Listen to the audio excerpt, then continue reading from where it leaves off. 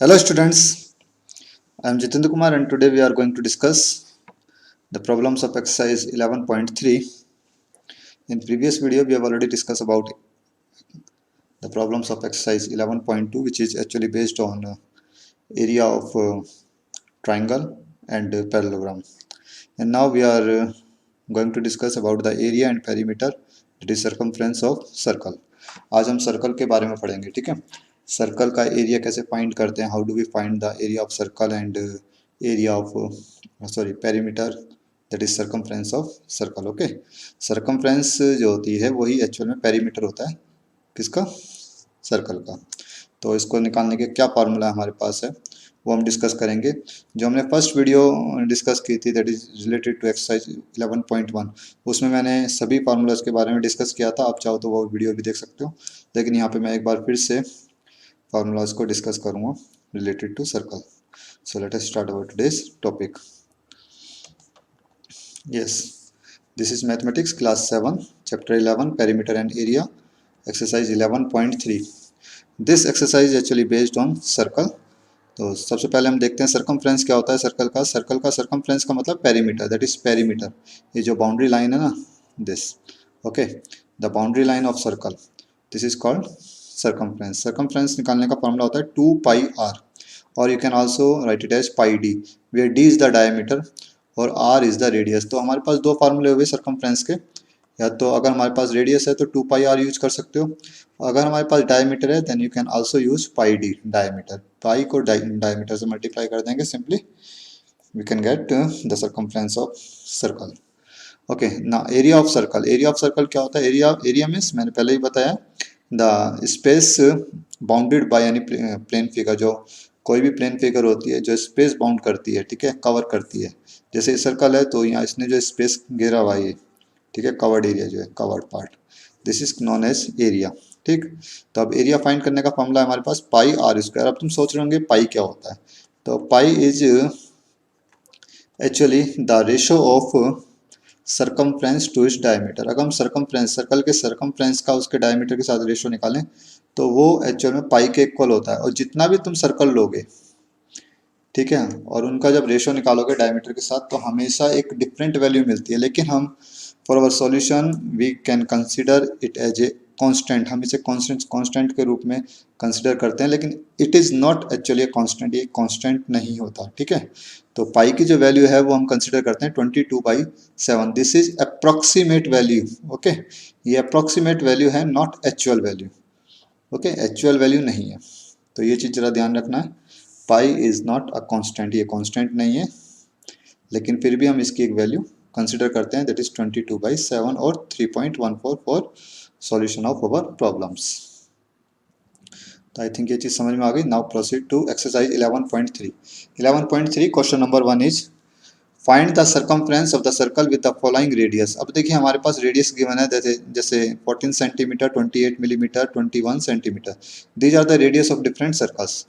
Now you need to find the circumference of this circle. हमें इनकी circumference find करनी है। ओके, सर्कमफ्रेंस का फॉर्मूला मैंने बताया था, कितना होता है 2 पाई आर। ठीक है, तो आर हमें यहाँ पे दिया है, सिंपल हम वैल्यू पुट करके सर्कमफ्रेंस निकालेंगे। रेडियस ऑफ सर्कल, ये पार्ट देखते हैं, radius of circle is 14 centimetre, that is R equal to 14 centimetre.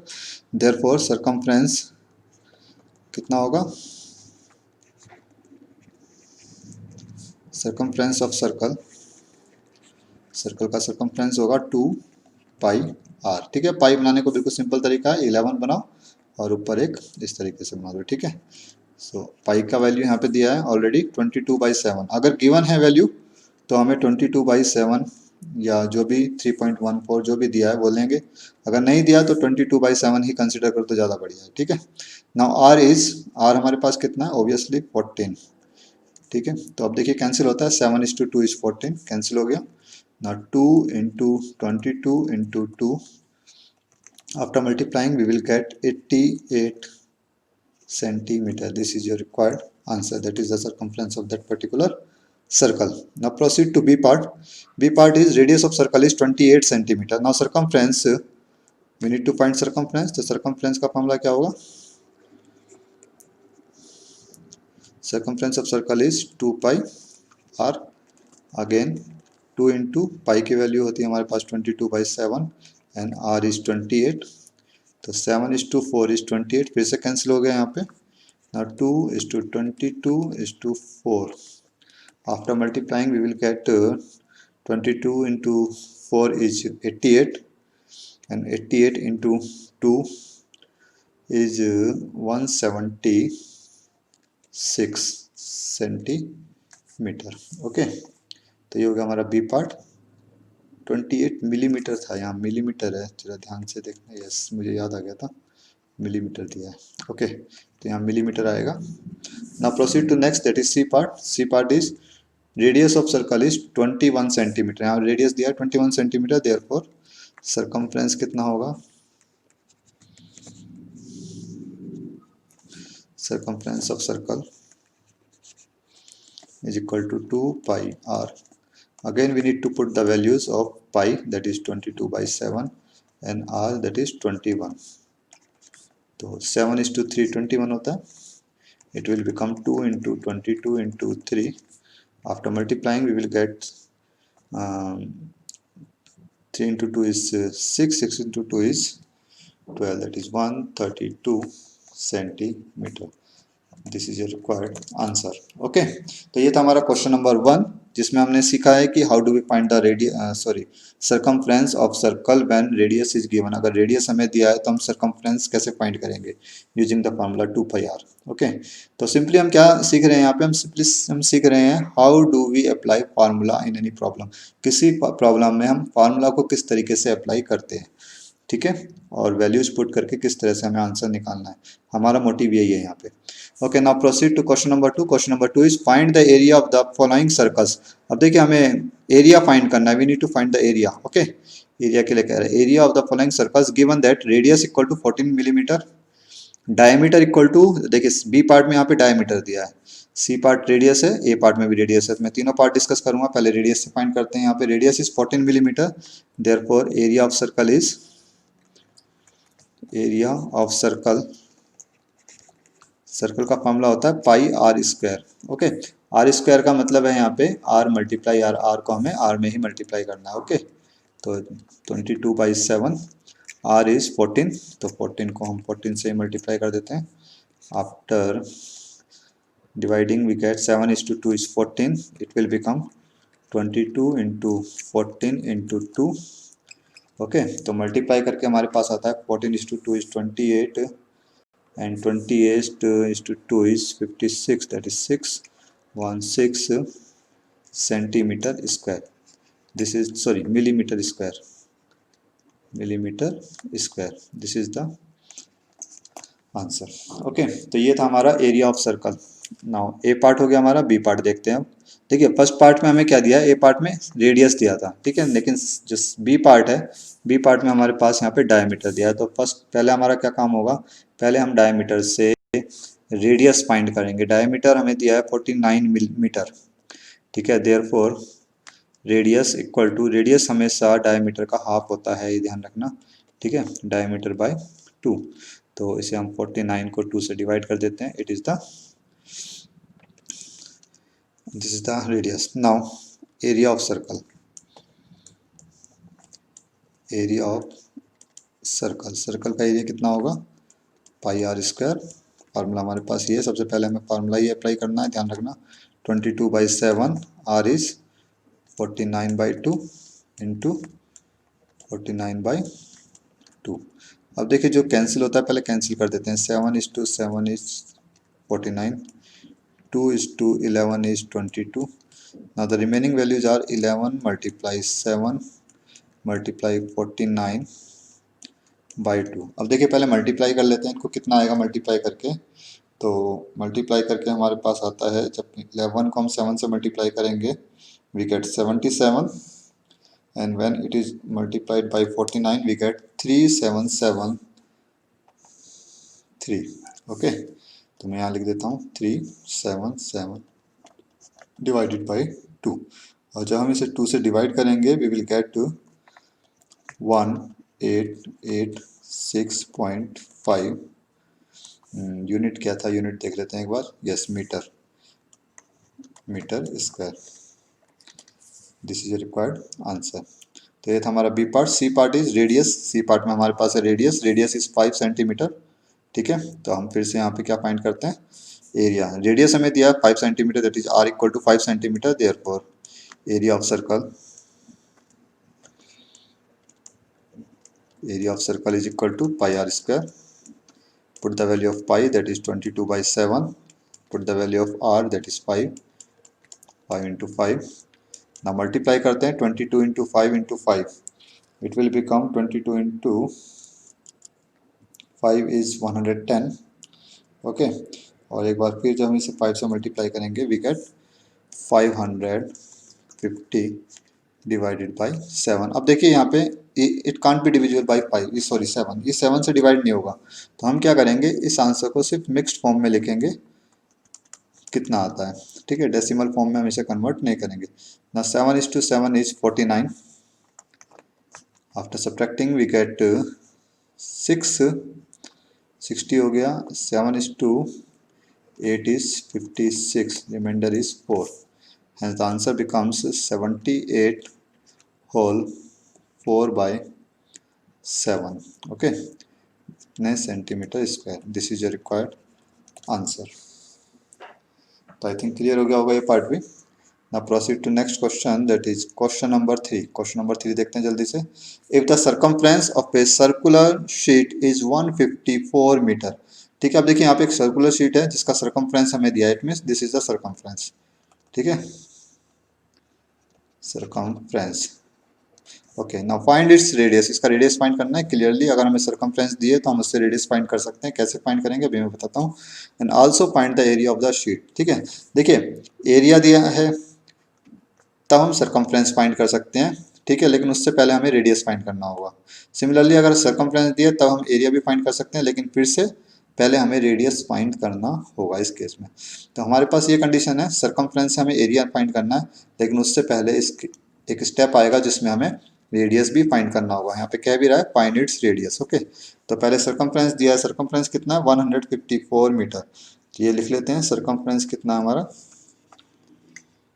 circumference of circle that is circular sheet 154 metre. अब सर्कमफ्रेंस का फॉर्मूला क्या होता है वो यहाँ पे लिखते हैं, दैट इज 2 पाई आर। हमें पता है 2 पाई आर होता है 154। अब यहाँ पे हम पाई की वैल्यू पुट करते हैं, दैट इज 22/7 गिवन है यहाँ पे। ठीक है, जो गिवन वैल्यू है वही हम लिखेंगे, आर को हम एज इट इज रहने देते हैं। Now we need to solve this equation. अब ये हमारे पास एक इक्वेशन बन गई है, इसे हमें सॉल्व करना है। ठीक है, तो ये हो गया हमारे पास 44 divided by 7 multiply R is equal to 154। R equal to कितना हो जाएगा, अब देखिए 7 डिवाइड में तो मल्टीप्लाई में आ जाएगा, 44 मल्टीप्लाई में तो डिवाइड में आ जाएगा। ये चीज़ जरा ध्यान रखना है। तो 154 मल्टीप्लाई बाई 7 डिवाइडेड बाई 44। अब जो कैंसिल होता है उसे कैंसिल करते हैं। अब देखिए कैंसिल हो जाएगा, बिल्कुल 2 से कैंसिल हो रहे हैं दोनों टर्म्स। तो 2:2 22 is 44, 2:7 is 14 and 2:7 is again 14. 11:2 is 22, 11:7 is 77. And the radius becomes 7:7 is 49, 49 divided by 2. और you can also write it as 49 divided by 2 कितना होगा हमारे पास, this is 24, yes 24.5 metre. Okay, so this is the radius of circle. ये हमारे पास circle का radius आ चुका है। एक आंसर हमने फाइंड कर लिया, यानी कि रेडियस हमने फाइंड कर लिया 24.5। Okay, now proceed to next step, that is to find the area of the circle. अब हमें एरिया भी फाइंड करना है। क्वेश्चन में कहा गया है again we need to find the area of the circle. Now हम एरिया फाइंड करते हैं, एरिया ऑफ सर्कल। तो सर्कल का एरिया हमारे पास होता है formula pi R square. Pi is 22/7, R is 24.5 multiply by 24.5। अब देखिए 24.5 7 से कैंसिल हो जाता है, तो मैं इसे कैंसिल कर देता हूँ। 7:3 इज 21। ठीक है, तो ये हो गया हमारे पास 3 इज रिमाइंडर, 35 हो जाता है। 7:5 is 35। It will become 22 multiply 24.5 multiply 3.5। ठीक है, तो सबसे पहले मैं मल्टीप्लाई कर रहा हूँ यहाँ पे 22 और 3.5 की, क्योंकि इजीली मल्टीप्लाई हो जाएंगे। तो इनको जब हम मल्टीप्लाई कर देंगे तो वी विल गेट 77, ठीक है। तो ये आ गया हमारे पास 77 इंटू 24.5। अब इसमें मुझे मल्टीप्लाई करनी है 24.5 की, and we will get 1886.5 metre square. This is your required answer. This is the area of that particular circle. Okay, तो ये था हमारा question number 3। Now proceed to question number 4। Question number 4 की तरफ चलते हैं।